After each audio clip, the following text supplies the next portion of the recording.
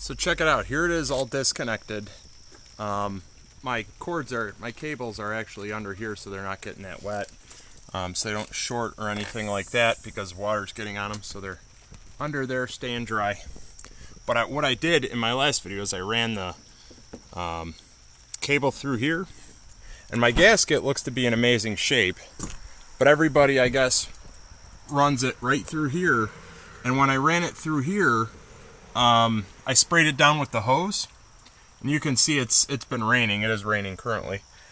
I don't want to go down through here and go to the bottom here because that's where my shore power is going to go, through that rubber grommet you're thinking of down there.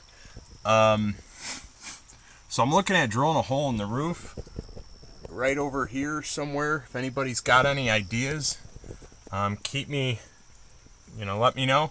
But when I ran it down through here, I had the grommet right here, or I had the cable coming down through here. As you can see in my last video, I plugged it in, so I decided to spray it down to see if it'd work. When I sprayed it down, there were drops of water going on my solar generator and right here, and that's something I don't want to have happen. So, yeah, to make a long story short, I decided to take that off. I did fix this top piece. There was a piece in there that was actually broken. My gasket's in amazing shape.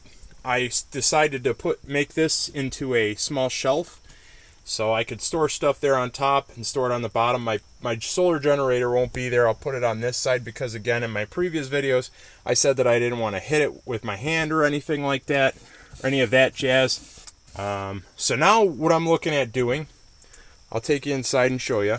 I want to relocate my solar generator right here. I like the idea of having it right here. It's the best place for it, kind of out of the way next to this thing so I can charge it if need be. If my vehicle's running, that would be awesome to have that, to have that available. Over there, it was a great idea. I love it over there, but unfortunately, I don't want to turn or have my mattress hit it when I'm folding my mattress or something like that and break that jack off, or, hit the charging port, whatever, and have it break. So I relocated it, and one day I put my solar panel on, relocated my solar generator, had it all wired over here, even drilled holes for it. Whoops, no big deal. And then I relocated it here, drilled another hole.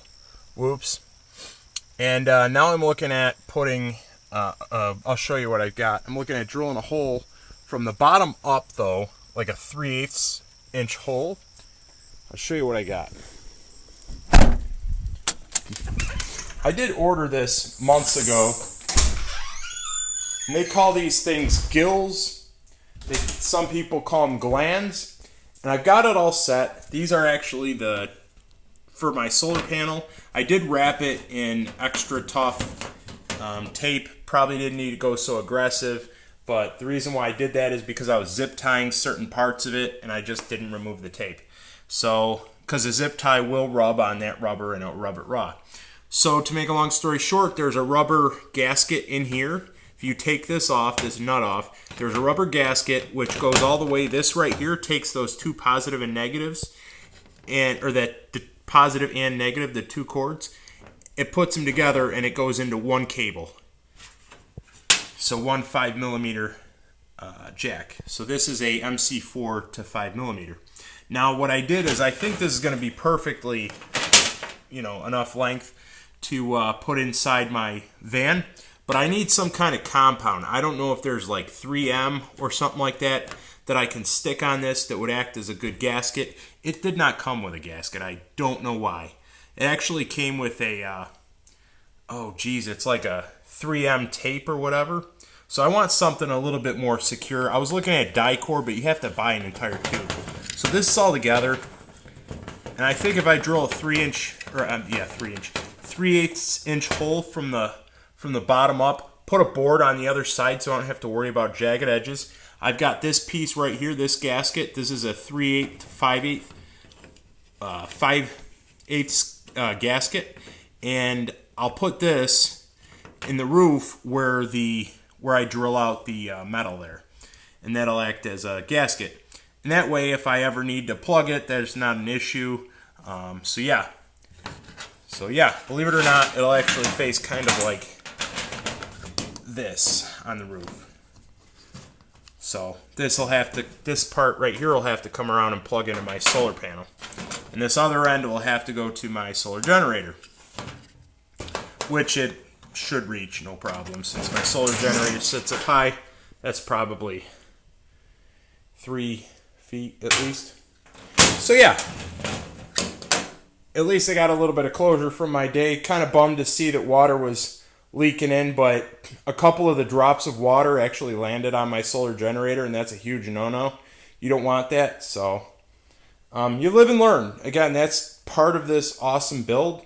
I've done gaskets. I've replaced roof vents before. I always use die-core. If you guys have an idea of, what to use or where to drill, let me know. I've done some Googling. I can't find much to like where to drill a hole in a roof for a Toyota Sienna for solar panels.